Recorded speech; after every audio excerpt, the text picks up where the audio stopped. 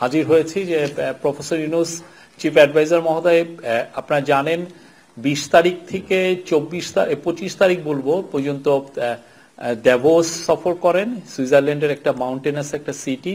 এখানে প্রতি বছর ওয়ার্ল্ড ইকোনমিক ফোরামের মিটিং হয়, এটা অ্যানুয়াল মিটিং হয় এবং এটা খুবই একটা প্রেস্টিজিয়াস একটা কনফারেন্সের জায়গা, যেখানে ওয়ার্ল্ডের যারা টপ লিডাররা আসেন বোথ গভর্নমেন্টের থেকে এবং প্রাইভেট সেক্টরের থেকে।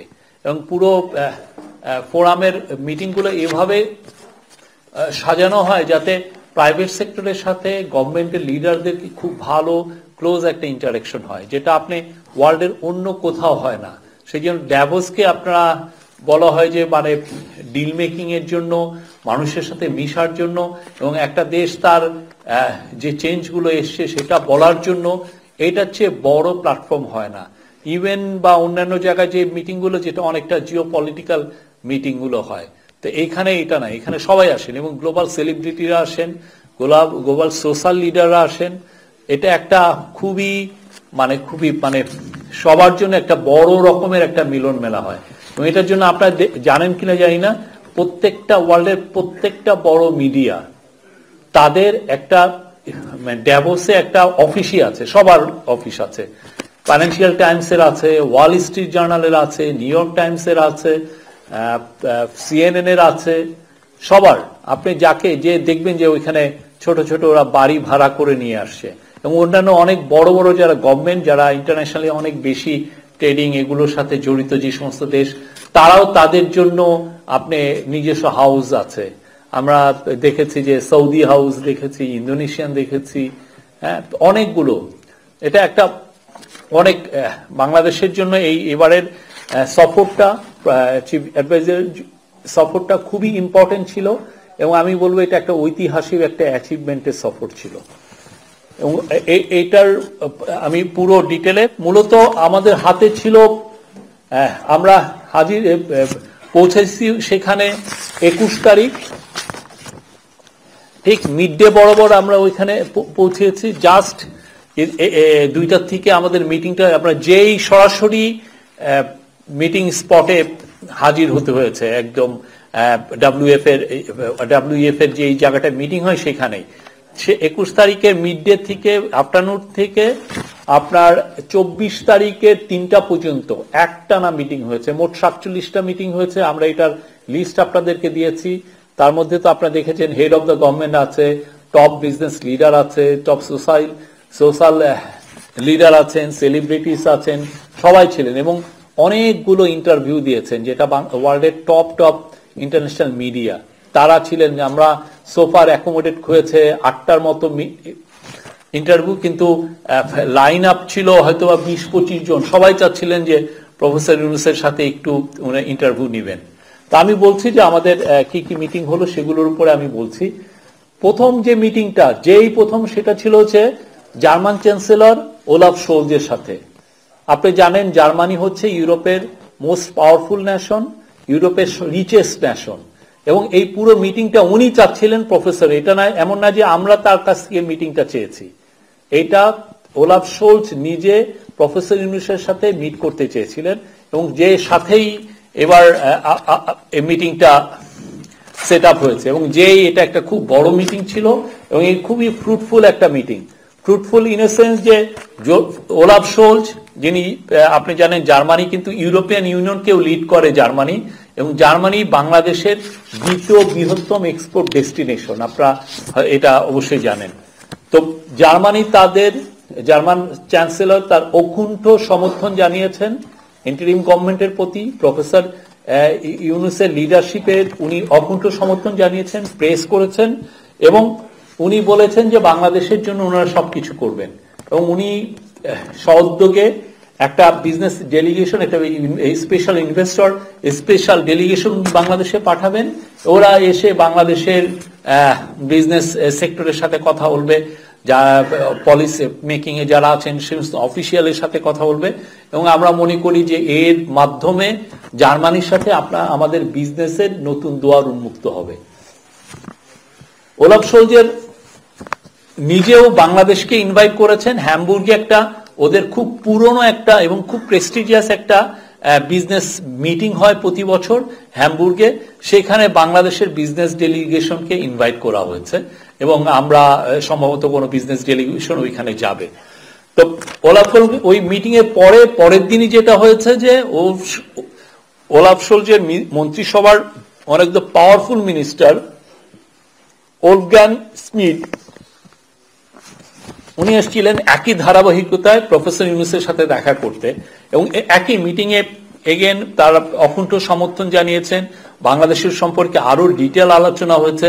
প্রফেসর ইউনূস, আপনি জানেন যে আমাদের একটা বড় কাজ হচ্ছে ইন্টারিম গভর্নমেন্ট হলে যেই টাকা যেই মানি যে বিলিয়নস অফ ডলার যেটা স্টোলেন হয়েছে, বাইরে সাইফন অফ হয়েছে, যেটা ডক্টর দেবপ্রিয় ভট্টাচার্যের নেতৃত্বে যে হোয়াইট পেপার কমিটি যেটা বলেছে যে 16 বিলিয়ন ডলার করে প্রতি বছর শেখ হাসিনার আমলে বাইরে চলে গেছে, তো সাইফন অফ হয়েছে, সেই টাকাটা কিভাবে ফিরিয়ে আনা যায় সে বিষয়ে আলাপ হয়েছে। বাংলাদেশের ইকোনমি নিয়ে আলাপ হয়েছে, বাংলাদেশের পরিস্থিতি নিয়ে আলাপ হয়েছে এবং তারা সন্তোষ প্রকাশ করেছেন যে বাংলাদেশ যে দিকে এগোচ্ছে এবং বাংলাদেশের রিফর্ম বোথ ওলাফ সোলজের সাথে এবং ওলগাং স্মিডের সাথে এই আলাপটা খুব জোরভাবে হয়েছে। বাংলাদেশের রিফর্ম, বাংলাদেশে যে এই গভর্নমেন্ট যে রিফর্ম ইনিশিয়েটিভ গুলো নিয়েছেন সেগুলো এবং এটার ধারাবাহিকতায় যে আমরা একটা ফ্রি ফেয়ার একটা ইলেকশন করতে চাচ্ছি সেগুলো নিয়ে খুব ভালো বিস্তারিত আলাপ হয়েছে। এছাড়া ফিনল্যান্ডের প্রেসিডেন্ট আলেকজান্ডার স্ট্যাবের সাথে খুব ভালো আলোচনা হয়েছে। তো এখানে বাংলাদেশের পরিস্থিতি ছাড়াও গ্লোবাল পরিস্থিতি এবং তারা বাংলাদেশের উনিও অকুণ্ঠ সাপোর্ট দিয়েছেন এই ইন্টারিম গভর্নমেন্টকে। এবং এরপরে আলাপ হয়েছে সুইস একজন মিনিস্টার, তার সাথেও খুব ভালো স্টোলেন মানি নিয়ে আলাপ হয়েছে। যে আপনি জানেন সুইজারল্যান্ডে তো অনেক যেগুলো সাইফন অফ মানি, যেগুলো মানি পাচার হয়ে যায় তার একটা অংশ সুইজারল্যান্ডেও যায়। হ্যাঁ, তো সেই জন্য সুইজারল্যান্ডের সাথেও আমাদের একটা বিস্তারিত আলাপ হয়েছে এবং উনি জানিয়েছেন যে উনি বাংলাদেশে আসবেন। সুইজারল্যান্ডের মিনিস্টার ইগনাসিও কারাস উনি বলেছেন যে উনি বাংলাদেশে আসবেন। উনি অনেক আগে 10-15 বছর আগে বাংলাদেশে এসেছিলেন এবং এই এই 4 জনের সাথেই বাংলাদেশের বিজনেস এবং ইনভেস্টমেন্ট, বাংলাদেশ যে এখন ওপেন ফর বিজনেস এবং বাংলাদেশ জন্য ইনভেস্টমেন্টের যেটা একটা সুবর্ণ সুযোগ অপরচুনিটি তৈরি হয়েছে ইন্টারিম গভর্নমেন্ট আসার পরে, সেটা জানানো হয়েছে এবং তারা তাদের ইন্টারেস্টটা এক্সপ্রেস করেছেন যে বাংলাদেশে তারা তাদের ইনভেস্টররা বাংলাদেশে ইনভেস্ট করতে আসবেন। আর এর সাথে দ্বিতীয় একটা ব্রডার থিমে ছিল আসিয়ান কান্ট্রিগুলোর সাথে, এটা হচ্ছে ইউরোপিয়ানদের সাথে। ইউরোপের আর একটা বড় মিটিং ছিল ইসিবির প্রেসিডেন্ট ক্রিস্টিয়ান লাগার্ডের সাথে। আপনি জানেন ক্রিস্টিয়ান লাগার্ড খুব ইউরোপে খুব নামকরা একটা ব্যক্তিত্ব। উনি আইএমএফ এর পরপর 2 বার প্রেসিডেন্ট ছিলেন, আইএমএফ এর চিফ ছিলেন, এমডি ছিলেন এবং উনি পুরো ইউরোপে খুবই সুনামধন্য একজন ব্যক্তিত্ব।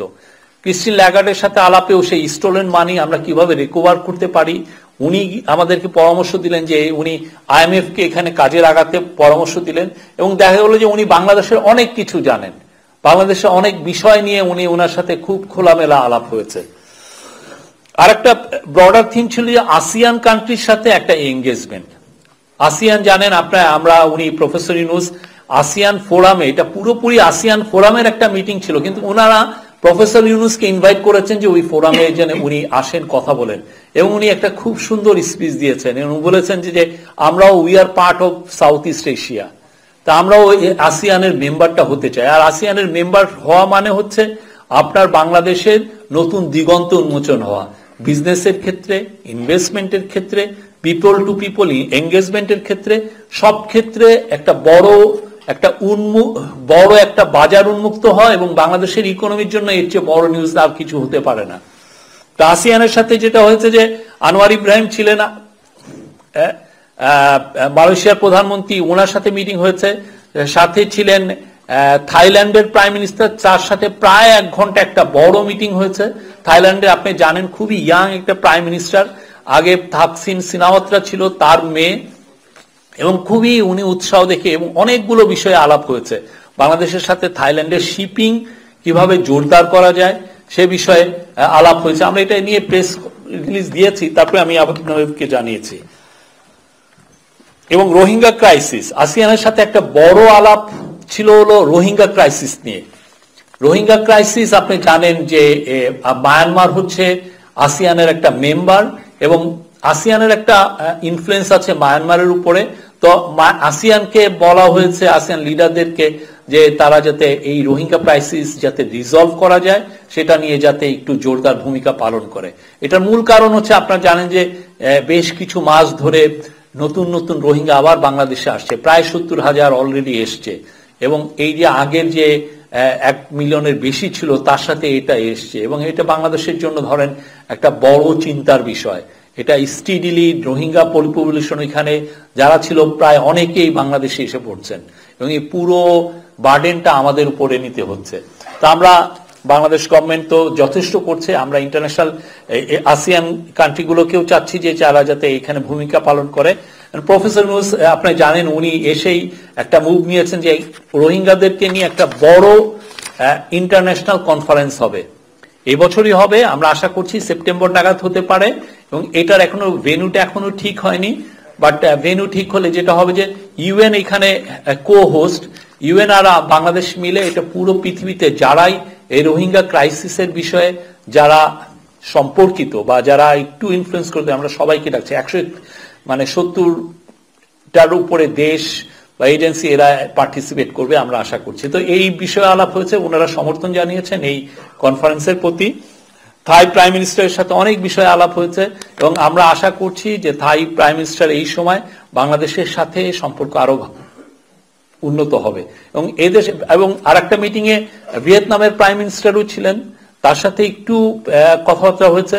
তো এই পুরো বিষয়গুলো ছিল যে আসিয়ানে যাতে বাংলাদেশ মেম্বার হতে পারে। আপনি জানেন যে এখন যে আসিয়ানের যে মেম্বার কারা কারা হতে পারে সেই ব্যাপারে ওরা একটা ম্যাপ দিয়েছে, সেই ম্যাপের বাংলাদেশ নেই। কিন্তু আমরা মনে করি যে আমরা যদি প্রফেসর ইউনূস যদি কন্টিনিউয়াসলি উনি এটা নিয়ে কথা বলছেন, তাদের সাথে এঙ্গেজ হচ্ছেন এবং আমাদের কেসটা আমরা তাদের কাছে প্রেস করছি, তো আশা করছি যে আসিয়ানের দুয়ার আমাদের জন্য মুক্ত হবে এবং অলরেডি আমরা তাদের সেক্টরাল ডায়ালগ পার্টনার হতে যাচ্ছি।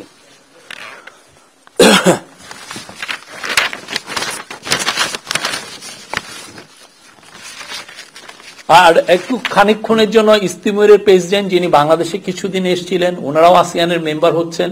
তো ওই ইস্তিমরের প্রেসিডেন্ট হোসেন রামোস হোর্তার সাথে একটু মিটিং হয়েছে। আর একটা ব্রডার থিম ছিল যে ইউএন এজেন্সি গুলোর সাথে একটা বড়, ইউএন এজেন্সি এবং ওয়ার্ল্ড ব্যাংকের সাথে একটা বড় একটা অনেকগুলো মিটিং হয়েছে। আপনি জানেন ইউএন বাংলাদেশের অনেক ডেভেলপমেন্টের অনেক বিষয়ে ইউএন সম্পর্কিত এবং সেই আলোকে আপনি ফলকার ট্যুর যে ইউএন এর হিউম্যান রাইটস এর হাই কমিশনার চিফ, ওনার সাথে একটা মিটিং হয়েছে। উনি জেনেভা থেকে আসছেন জাস্ট প্রফেসর ইউনূসের সাথে দেখা করার জন্য, উনি জেনেভা থেকে ফ্লাই করে এসছেন। তো ফলকার ট্যুরের সাথে মূল মিটিংটা ছিল যে আপনি জানেন জুলাই অগাস্টে যেই ভয়ানক অ্যাট্রোসিটি হলো, সেই অ্যাট্রোসিটিস গুলো ইউএন তার একটা ফ্যাক্ট ফাইন্ডিং মিশন দিয়ে এটা ইনভেস্টিগেট করছে। তো আশা করা হচ্ছে যে ইউএন আমাদের কাছে খুব শীঘ্রই তাদের এই ফ্যাক্ট ফাইন্ডিং মিশনের রিপোর্টটা দিবে এবং এই রিপোর্ট এই ইউএন ইনভেস্টিগেশনটা পুরোপুরি ইন্ডিপেন্ডেন্ট, এখানে কারো কোনো ইনফ্লুয়েন্স নাই। তারা একটা বড় রিপোর্ট আমাদের কাছে সাবমিট করবে এবং জেনেভা থেকে সিমালটেনিয়াসলি ওরা জেনেভা থেকেও এটা একটা পাবলিশ করবে। আমরা আশা করছি যে এইটা আমাদের কাছে আসা মাত্রই এবং ইউএন এটা পাবলিশ করার পরই আমরা এটা সবার কাছে জানাতে পারবো। আর ইউএন ডাব্লিউটিওর চিফের সাথে এনগোজি ইউএলা, আমি উনার সাথে ডক্টর এনগোজির সাথে কথা হয়েছে এবং ডক্টর এনগোজি খুব দুইটা ইম্পর্টেন্ট জিনিস আমাদেরকে জানিয়েছেন। একটা হচ্ছে যে বাংলাদেশের, আপনি জানেন যে বাংলাদেশ খুব দ্রুত খুব শীঘ্রই এলডিসি কান্ট্রি থেকে এটা গ্র্যাজুয়েশন হতে যাচ্ছে একটা মিডল ইনকাম কান্ট্রি হিসেবে। তো এই এলডিসি তে গ্র্যাজুয়েশন হলে একটা যেটা হয় যে অনেক ক্ষেত্রে এক ধরনের ট্যারিফ রিলেটেড কিছু সমস্যা হতে পারে। অনেক দেশে আমরা যেমন ইউরোপিয়ান ইউনিয়নে এক ধরনের ডিউটি ফ্রি এক্সেস পাই, তো সেই জায়গাটা একটু কিছুটা হলেও এফেক্টেড হতে পারে। তো সেই জায়গাটা চিন্তা করে আমরা এই ইন্টারিম গভর্নমেন্ট কাজ করছে যে কিভাবে গ্র্যাজুয়েশনটা করা যায়, এটাকে এখনই করতে হবে নাকি আমরা একটু ডিলে করব, এই পুরো সিনারিও গুলো চিন্তা করা হচ্ছে এবং এটা নিয়ে একটা ভালোভাবে কাজ হচ্ছে ক্যাবিনেটের তরফ থেকে। তো ডক্টর এনগোজি বলেছেন যে বাংলাদেশের যাতে ডাব্লিউটিওতে এলডিসি থেকে যাতে গ্র্যাজুয়েশনটা স্মুথ হয় সেই ব্যাপারে ওনারাও কাজ করছেন এবং ওনারা আমাদের হয়ে কাজ করছেন। এই বিষয়ে তারা প্রত্যেকটা মানে যাদের সাথে কথা বলতে হয় তারা বাংলাদেশের হয়ে কথা বলবেন। এটা খুব একটা ইম্পর্টেন্ট মেসেজ ছিল। এবং সেকেন্ড মেসেজ হচ্ছে যে আপনি জানেন যে গ্লোবালি এক ধরনের আগে যেটা ছিল যে গ্লোবালাইজেশনের যে ঢেউ সেটা পুরো ওয়ার্ল্ড ওয়াইড এটা ছিল।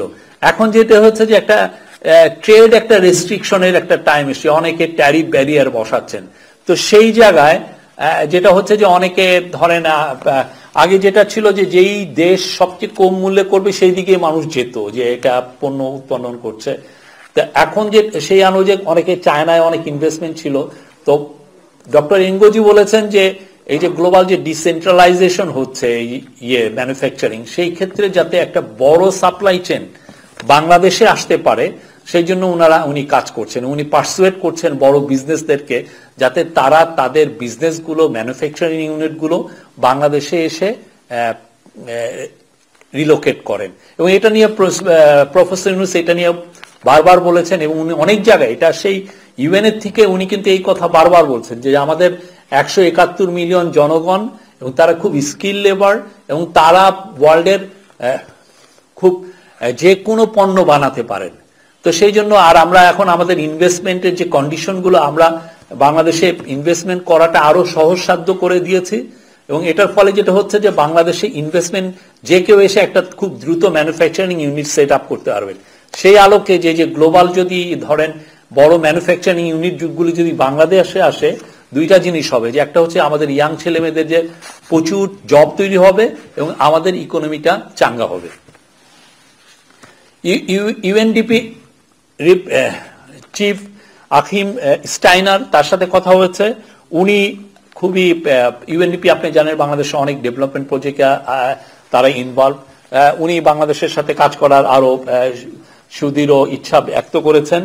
ইউএনএর প্রধান এগেন জনাব গুতিয়ারেসের সাথে আবার কথা হয়েছে, ওনার সাথে একটা ছোটখাটো হালকা মিটিং হয়েছে। এবং আর একটা যেটা হচ্ছে যে ওয়ার্ল্ড ব্যাংকের এমডি ছিলেন, এটা যদিও এটা ইউএন এর প্রতিষ্ঠান না বাট এটা একটা মাল্টিল্যাটারাল এজেন্সি, ওয়ার্ল্ড ব্যাংকের একজন ম্যানেজিং ডিরেক্টর উনি আসছিলেন দেখা করতে এবং এসে বলেছে যে তোমাদের কি কি সাপোর্ট লাগবে আমাদেরকে বলবা। তাই উনি একই রকমের বিয়ার্ড উনি বাংলাদেশের কে অকুণ্ঠ সমর্থন দিয়েছেন। এর আগে যখন প্রফেসর ইউনূস নিউ ইয়র্কে গিয়েছিলেন তখন ওয়ার্ল্ড ব্যাংকের প্রেসিডেন্ট তার সাথে দেখা করতে এসেছিলেন। এবারও ওয়ার্ল্ড ব্যাংকের এমডি নিজে তার একটা মানে এত টাইট শিডিউলের মধ্যে প্রফেসর ইউনূসের থেকে একটু সময় চেয়ে নিয়েছেন, নিয়ে তার সাথে ওটা ওদের ইন্টারেস্টে মিটিংটা হয়েছে। আর এগুলো অনেকগুলো মিটিং এর মূল থিম একটা, সেটা হচ্ছে যে স্টোলেন মানি কিভাবে রিকভারি করা যায়। এটা একটা খুবই আপনি জানেন হোয়াইট পেপার কমিটি বলেছে $234 বিলিয়ন বাংলাদেশের থেকে শেখ হাসিনার সময় চলে গেছে এবং এটার সাথে অলিগার্করা জড়িত, পলিটিশিয়ানরা জড়িত। এবং এটা দেখেন এই ধরনের এই রিলেটেড একটা বিষয় ইউকের পলিটিক্সে তোলপাড় হয়ে গেছে, একজন ইনফ্লুয়েন্সিয়াল মিনিস্টার রিজাইনও করেছেন।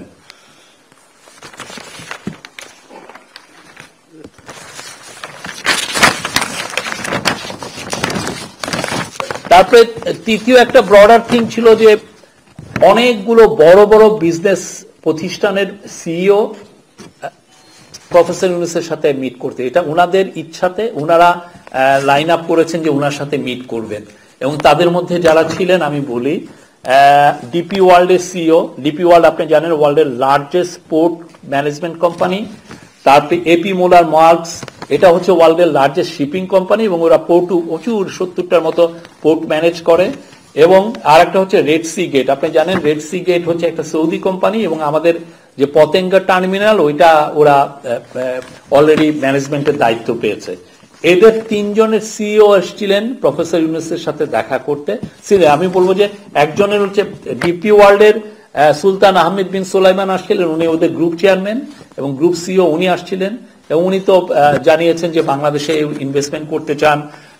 এপি মোলার মক্সের ডিরেক্টর রবার্ট মার্কস উগলা, উনি ছিলেন হচ্ছে ডেনিশ একটা মানে মার্কস ফ্যামিলির একজন শিয়ন, মানে একজন ওদের বংশের একজন লোক এবং খুব তারা মার্কস লাইন জানেন আপনি, ওয়ার্ল্ডের ওয়ান অফ দ্য লার্জেস্ট।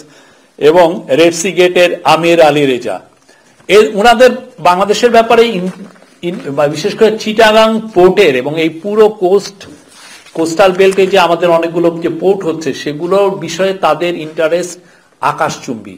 এটার মূল কারণ হচ্ছে যে বাংলাদেশের ইন্টারিম গভর্নমেন্ট ক্ষমতা নেওয়ার পরে বাংলাদেশের বিজনেস কনফিডেন্সটা ফিরে এসছে ইন্টারন্যাশনাল বিজনেসের কাছে, এবং এর আলোকেই তারা বাংলাদেশের চাচ্ছিলেন যে প্রফেসর ইউনূসের সাথে দেখা করে তাদের ইন্টারেস্টটা জানানো যে তারা ইনভেস্টমেন্ট করতে চান। দুবাই পোর্ট ওয়ার্ল্ড জানিয়েছে যে তারা নিউমরি কন্টেনার টার্মিনালে ইনভেস্টমেন্ট করতে চান, আর রেড সি গে বলছে যে তারা মাতারবাড়ি পোর্টটাকে ম্যানেজ করতে চান। এপি মোলার মক্স চাচ্ছেন তারা লালদিয়া টার্মিনালকে এটা ম্যানেজ করতে চান, এবং এর ফলে যেটা হবে যে বাংলাদেশের মানে মূল যে জিনিসটা পোর্ট ম্যানেজমেন্ট বা পোর্টের এফিসিয়েন্টটা বাংলাদেশের ভবিষ্যতের সাথে খুব ওতপ্রোতভাবে জড়িত। আমাদের পোর্ট যদি এফিসিয়েন্ট না হয় বিদেশি বড় ইনভেস্টমেন্ট বাংলাদেশে আসবে না। এবং আপনারা জানেন যে গার্মেন্টসে আমরা খুব যেগুলো লোয়ার টিয়ার যেগুলো পণ্য সেগুলো আমরা ম্যানুফ্যাকচার করি, টি শার্ট করি, শার্ট করি, প্যান্ট করি, সোয়েটার করি, এগুলোর কিন্তু খুব বেশি মানে এটার প্রফিটেবিলিটি অত বেশি না। কিন্তু যদি আপনার পোর্ট যদি এফিসিয়েন্ট হয় এবং খুব দ্রুত যদি আমরা আমাদের পণ্যগুলো বিদেশে পাঠাতে পারি, তাহলে যেতে হয় যে বড় বড় ওয়ার্ল্ডের বড় বড় ব্র্যান্ডস, বড় বড় রিটেলার তারা বাংলাদেশে এসে ইনভেস্ট করবে, কারণ ওরা চায় যে যেগুলো হাই এন্ড আইটেম সেগুলো হয় কি তারা চায় যে 15-20 দিনের মধ্যে ডেলিভারিটা চায়, 1 মাসটা। এবং এটার জন্য কিছুদিন আগে এই একই কথা বলে গেছেন হচ্ছে ইয়াংওয়ান হচ্ছে বাংলাদেশের থেকে লার্জেস্ট এক্সপোর্টার, বাংলাদেশ থেকে গার্মেন্টস এর লার্জেস্ট কোরিয়ান ইয়াংওয়ানের কিহাক সুনু বলে গেছেন যে পোর্ট এফিসিয়েন্সি বাড়ানো ছাড়া বাংলাদেশের থেকে হাই এন্ডের এক্সপোর্ট আইটেম করাটা ইম্পসিবল অলমোস্ট। তো সেটার ব্যাপারে ইন্টারিম গভর্নমেন্টের ফোকাসটা হচ্ছে যে চিটাগাং পোর্ট বা পুরো বে অফ বেঙ্গলের যত পোর্ট যে সিস্টেম আছে সবগুলোর এফিসিয়েন্সি বাড়ানো। তো সেই আলোকে এনারা 3 জন আসছেন এবং এদের কনফিডেন্সটা বাংলাদেশের উপরে আছে, এবং বাংলাদেশ আমরা আশা করছি সামনে বাংলাদেশের যদি পোর্ট এফিসিয়েন্সি বাড়ানো যায়। এবং ওরা আর একটাও বলেছেন যে ওরা গ্রিনফিল্ড টেকনোলজি নিয়ে আসতে চান, মানে যাতে কার্বন ইমিশনটা খুবই কম হবে এবং এফিসিয়েন্সি খুব ভালো হবে। এবং ওনারা কাস্টমসের ব্যাপারেও খুব যুগান্তকারী কিছু সফটওয়্যার আনতে চান, যার ফলে কাস্টমস ম্যানেজমেন্ট এমন ভাবে হবে যাতে পিপল টু পিপল কোনো ইন্টারাকশনই হয় না, পুরোটাই আপনি কম্পিউটারাইজ হবে। আপনি নিজে আপনার পণ্য পাঠালেন, ওই দিক দিয়ে আরেকজন নিয়ে নিল, এখানে এসে কোনো লোকের সাথে দেখা করতে হবে। আর লোকের সাথে দেখা করা মানেই হচ্ছে ধরেন কিক ব্যাকের অপরচুনিটি তৈরি হয়, ব্রাইবিং এর অপরচুনিটি তৈরি হয়। তো সেই জায়গাটা আমরা ইন্টারিম গভর্নমেন্ট চাচ্ছে যে এই জায়গাটা যাতে পুরোপুরি ডিজিটাইজেশনটা হয়। আর এছাড়া টেলিনর এবং ভিয়ন, যারা বাংলাদেশে টেলিনর তো আপনি জানেন যে গ্রামীণ ফোনের মূল ইনভেস্টর, ভিয়ন হচ্ছে বাংলালিংকের ওনার, তাদের সিও প্রফেসর ইউনূসের সাথে দেখা করেছেন। রে ডালিও উনি একটা বড় হেনফাস ম্যানেজার, ওনার খুব ইনভেস্টমেন্টের উপরে বড় বই আছে, ওনার খুবই আমেরিকান বড় বিলিয়নিয়ার, উনি এসেছিলেন প্রফেসর ইউনূসের সাথে দেখা করতে। এবং উনি বলেছেন যে যে ট্রাম্প নিয়ে যে অনেক আলাপচনা হচ্ছে, উনি বলেন যে এইটার ঢেউ বাংলাদেশ বা এই সমস্ত জায়গায় তেমন একটা পড়বে না। মেটার গ্লোবাল পলিসি চিফ নিক ক্লেগ এর সাথে একটা খুব ফ্রুটফুল একটা মিটিং হয়েছে। মেটা জানেন আপনি যে মেটা হচ্ছে ফেসবুকের ওনিং কোম্পানি, এবং ফেসবুকের চিফ কিছুদিন আগে মার্ক জুকারবার্গ বলেছেন যে ইউএসএ তারা মেটা যে ফ্যাক্ট চেকিংটা করে এবং ওদের প্ল্যাটফর্ম ইউজ করে যারা প্রতিদিন মিথ্যা নিউজ দেয় সেটাকে ওরা কিছু কিছু ফ্যাক্ট চেকিং এর মাধ্যমে এটাকে ওরা ক্লিন আপ করে। তো এই ফ্যাক্ট চেকিং সার্ভিসটা ওরা ইউএসএ তে আর রাখবে না। তো এই জন্য আমাদের আশঙ্কা ছিল যে বাংলাদেশে আপনি জানেন পতিত স্বৈরাচারের যে বটগুলো যে পরিমাণ প্রতিদিন ফেসবুকে মিথ্যা নিউজ দেয়, তো ওইটাকে কিভাবে ক্লিন আপ করা যায়, এটা একটা বড় আমাদের একটা কনসার্ন। তো সেইটার জন্য মেটার নিক ক্লেগের সাথে আলাপ হয়েছে, স্যার সরাসরি বলেছেন যে ইউএস এর এটা কি বাংলাদেশে এফেক্টেড হবে কিনা। তো সেই ক্ষেত্রে উনি মেটার চিফ বলেছে যে না, ইউএস ওইটা শুধুমাত্র ইউএসএই সম্পর্কিত, বাংলাদেশে এটার কোনো ইম্প্যাক্ট পড়বে না। বাংলাদেশে মেটা তাদের ফ্যাক্ট চেকিংটা বরঞ্চ আরো বাড়াবে। উনি যে শব্দটা বলেছেন স্কেল আপ করবে এটা। এটার ফলে যেটা হচ্ছে যে যারা ফেসবুকের মাধ্যমে মিথ্যা তথ্য ছড়ান, যারা আজে বাজে প্রচুর ফেসবুকের মাধ্যমে বুলিং করেন, এগুলার ব্যাপারে তারা মেজার নিবেন। এটা এই বিষয়ে খুব বাংলাদেশে আমরা এটা নিয়ে আপনাদের একটা প্রেস রিলিজও দিয়েছি। এটা আর নিক ক্লেগ, স্যার নিক ক্লেগ আপনারা জানেন যে ইউকের একজন খুব ইনফ্লুয়েন্সিয়াল পলিটিশিয়ান ছিলেন। ইউকের উনি ডেপুটি প্রাইম মিনিস্টার ছিলেন, লিবারেল ডেমোক্রেটিক পার্টির প্রধান ছিলেন। তো ওনার সাথে মিটিংটা খুব ফ্রুটফুল ছিল এবং উনি বলেছেন যে বাংলাদেশের ব্যাপারে তাদের একটা স্পেশাল অ্যাটেনশন থাকবে এবং বাংলাদেশে তারা যারা যারা ফ্যাক্ট চেক করছেন তাদের থার্ড পার্টি ফ্যাক্ট চেক সেটা ওরা আরো বাড়াবে।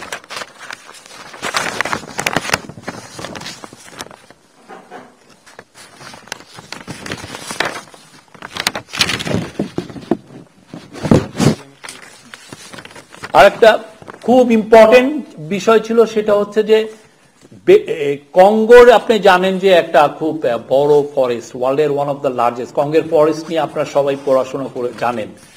ওইখানের একটা বিরঙ্গা রিজার্ভ ফরেস্ট আছে, এটা খুব মানে পুরো ইউকে যে মানে ইউনাইটেড কিংডমের সেটা দ্বিগুণ।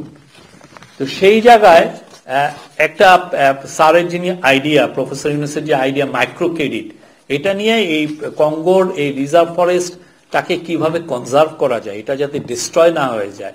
এটা আপনি জানেন কঙ্গোতে অনেক বছর ধরে 2 দশকের বেশি সময় ধরে সেখানে সিভিল ওয়ার চলছে এবং ওয়ার্ল্ডের এটা বলা হয় যে সবচাইতে ভয়ঙ্করতম ডেডলিয়েস্ট সিভিল ওয়ার। যেখানে সিভিল ওয়ার কি বলবো, ওইখানে অনেকগুলো রেবেল গ্রুপ আছে, অনেক ধরনের সমস্যা আছে। সেই জায়গায় 60 লক্ষ লোক মারা গেছে। তো এখানে পিস অ্যান্ড স্ট্যাবিলিটিটা কঙ্গোকে আনা, এটা একটা গ্লোবাল কমিউনিটির একটা বড় কনসার্ন। তো সেই আলোকে বেলজিয়ামের একজন প্রিন্স আছেন ইমানুয়েল ডি মেরোড, উনি ওইখানে কাজ করছেন। তো উনি ওইখানে কাজ করার ফাঁকে উনি প্রফেসর ইউনুসের সাথে কয়েক বছর আগে দেখা করেছিলেন। ওনাকে বলেছেন যে আপনার আইডিয়া যদি থাকে আমরা এখানে কিভাবে আর পিস অ্যান্ড স্ট্যাবিলিটি আনতে পারবো।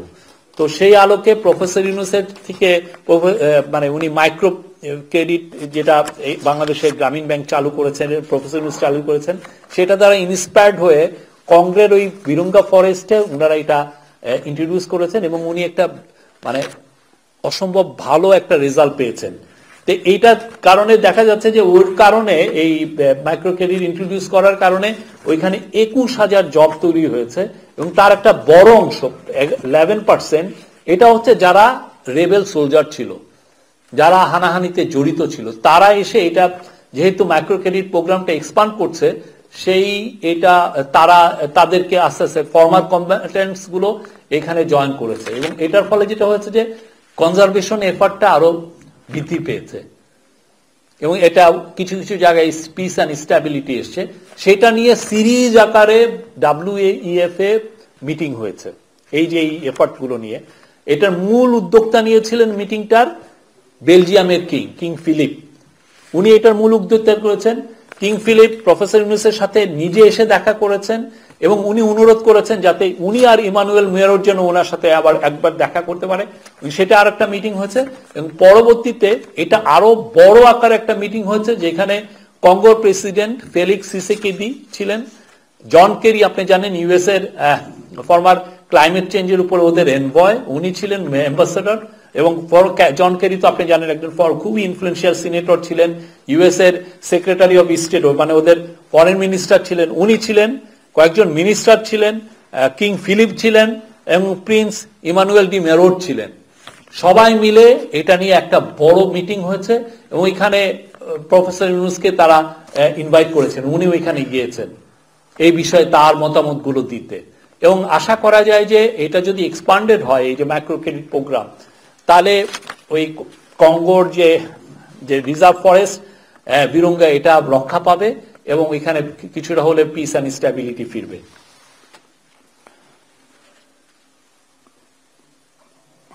আর অন্যান্য মিটিং এর মধ্যে আলগোরের সাথে একটা মিটিং হয়েছে। উনি জানেন উনি ইউএস এর ভাইস প্রেসিডেন্ট ছিলেন এবং ওনার সাথে ওনার যখন একবার তো ওনার অলমোস্ট প্রেসিডেন্ট হয়ে গিয়েছিলেন, যাক আলগোরের সাথে মিটিং এর মূল ছিল গ্লোবাল জিও পলিটিক্স নিয়ে কথা হয়েছে এবং উনি অকুণ্ঠ সমর্থন জানিয়েছেন প্রফেসর ইউনূসের লিডারশিপে এবং উনি বলেছেন যে উনি বাংলাদেশের হয়ে কাজ করবেন, বাংলাদেশের বিষয়ে তার যথেষ্ট ইন্টারেস্ট আছে। আর মিটিং হয়েছে অ্যাগনেস ক্যালামার্ড, উনি সেক্রেটারি জেনারেল অ্যামনেস্টি ইন্টারন্যাশনালের, ওনার সাথে একটা বড় মিটিং হয়েছে। উনি বাংলাদেশের আমরা যে ন্যাশনাল হিউম্যান রাইটস কমিশন, এটা যে গভর্নমেন্টের স্টেটের এটার পুনর্গঠন নিয়ে উনি ডিসকাশন হয়েছে। রোহিঙ্গা ইস্যু, আপনি জানেন রোহিঙ্গা ইস্যু আমি একটু আগে বলেছি, যেটা আবার গ্লোবালি যথেষ্ট মানে প্রফেসর ইউনূস চাচ্ছেন যাতে এই ইস্যুটা গ্লোবালি এটা আবার জন্য ডিসকাস হয়, গ্লোবাল ফোকাসে যাতে আসে এবং গ্লোবাল ম্যাপের এই যে এত আলোচনা অন্যান্য অনেক, এটা যাতে ওয়ান অফ দ্য টপ একটা ইস্যু হিসেবে এমার্জ করে, সেটা নিয়ে আলাপ হয়েছে।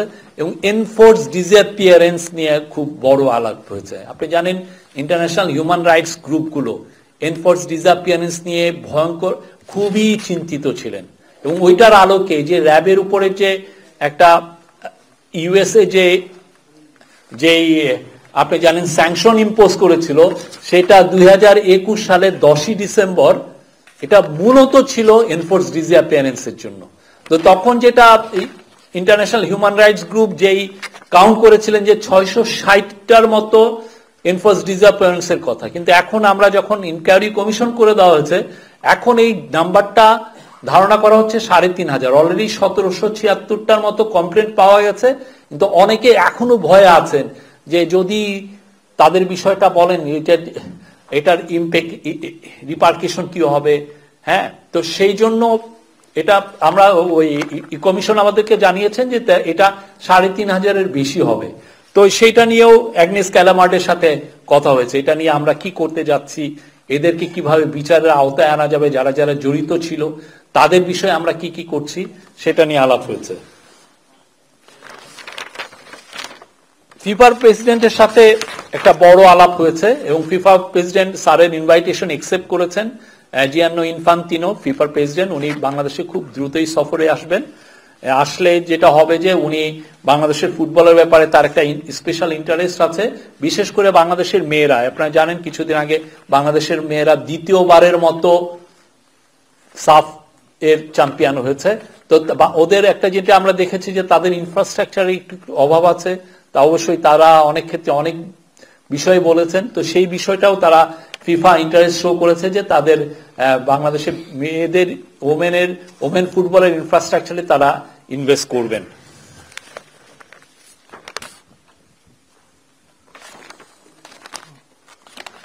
আরেকটা হচ্ছে অনেকগুলো ইন্টারভিউ দিয়েছেন সেখানে এবং বেশিরভাগই ইন্টারভিউর ইন্টারেস্টটা ছিল যে গ্লোবাল যারা বিজনেস এবং ফিনান্সিয়াল যারা টপ নিউজ পেপার বা ম্যাগাজিন, তাদের ইন্টারেস্টের একদম কেন্দ্রবিন্দুতে প্রফেসর ইউনূস ছিলেন।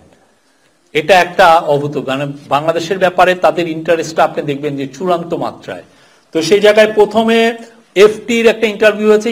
এফটির ইন্টারভিউটা উনি দিয়েছেন মার্টিন উলফ হচ্ছে ওয়ার্ল্ডের one of the top journalist, এবং গিডিয়ান রাহমান উনি ওদের ফরেন এডিটর। ইকোনমিক্স ম্যাগাজিন, আপনি জানেন ইকোনমিক্স ম্যাগাজিন বাংলাদেশকে কিছুদিন আগে তাদের কান্ট্রি অফ দ্য ইয়ার ঘোষণা করেছে গ্লোবাল, এবং তাদের ফরেন এডিটর প্যাট্রিক ফুলিসার ছিলেন। এছাড়া রয়টার্স, কাইজিন মিডিয়া চায়নার এবং কোরিয়ান একটা মিডিয়ার সাথে ইন্টারভিউ দিয়েছেন।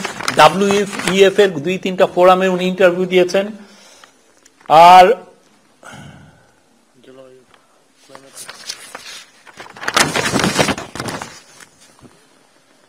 এছাড়া সোশ্যাল ইভেন্টে উনি অনেকগুলো ছিলেন। আপনার WEF এর একটা ফোরামে উনি কথা বলেন যে যেটা কি ফোরাম ছিল, যে WEF এর যিনি চিফ ক্লাউস শোয়াব, উনি হচ্ছেন এটা গত 25 বছর ধরে এটা অর্গানাইজ করেন, এটাকে ওয়ার্ল্ডের নাম্বার 1 ইভেন্ট বানিয়েছেন। তো ক্লজ শোয়াব উনাকে নিজে প্রফেসর ইউনুসকে উনি একটা ইন্টারভিউ নিয়েছেন, ওইটা আমরা ডাইরেক্ট টেলিকাস্ট করেছি, এটা আপনারা দেখেছেন। তো ওইখানে এটা ওনার যে ড্যাভোসে যে প্রফেসর ইউনুসের যে মর্যাদা কি সেটার একটা আপনি রিফ্লেকশন এই ইন্টারভিউতে আপনারা দেখেছেন। উনি environment, climate change, social entrepreneurship এবং অন্যান্য সোশ্যাল ইভেন্টে উনি কথা বলেছেন। উনি মিউনিক সিকিউরিটি কনফারেন্সের চিফ অ্যাম্বাসাডার হাউজেন এসেছিলেন, তাকে ইনভাইট করতে। মিউনিক সিকিউরিটি কনফারেন্স ওয়ার্ল্ডের top security related top conference, সেখানে ওনার ইনভাইটেশন দেওয়া হয়েছে, স্যার এখনো জানাননি এই বিষয়ে। তারপরে দুবাইয়ের যিনি আমির শেখ রশিদ বিন মাকতুম, তার মেয়ে শেখ লতিফা আসছিলেন স্যারের সাথে দেখা করতে, উনি ইনভাইটেশন দিয়েছেন। ওয়ার্ল্ড গভর্নমেন্ট সামিট, এটা আগামী মাসে হবে দুবাইতে, এবং আশা করা যাচ্ছে স্যার হয়তো ওইখানে যাবেন। এবং সেই দুবাই ওনাদের সাথে ইনভেস্টমেন্ট এবং বিজনেস এর বিষয়ে আলাপ হয়েছে, এবং বাংলাদেশের ব্যুরোক্রেটদের ট্রেনিং এর বিষয়ে আলাপ হয়েছে। উনি কনক্লুডিং ডিনারে, যেটা শেষ দিনে যেটা ডিনারে, সেটা উনি গেস্ট অফ অনার ছিলেন, এবং সেইখানে গ্লোবাল যারা এন্টারপ্রেনার যাদেরকে ওইখানে উনি নিজে he was the one person, he was one of the person who gave awards to the global entrepreneurs. এই ছিল, আরো অনেক ইভেন্ট ছিল এবং আরো অনেক ইন্টারেস্ট ছিল ওনার সাথে দেখা করার। কিন্তু আপনি জানেন 3 দিনে 47টা ইভেন্ট, অনেক ইভেন্ট ছিল। Thank you.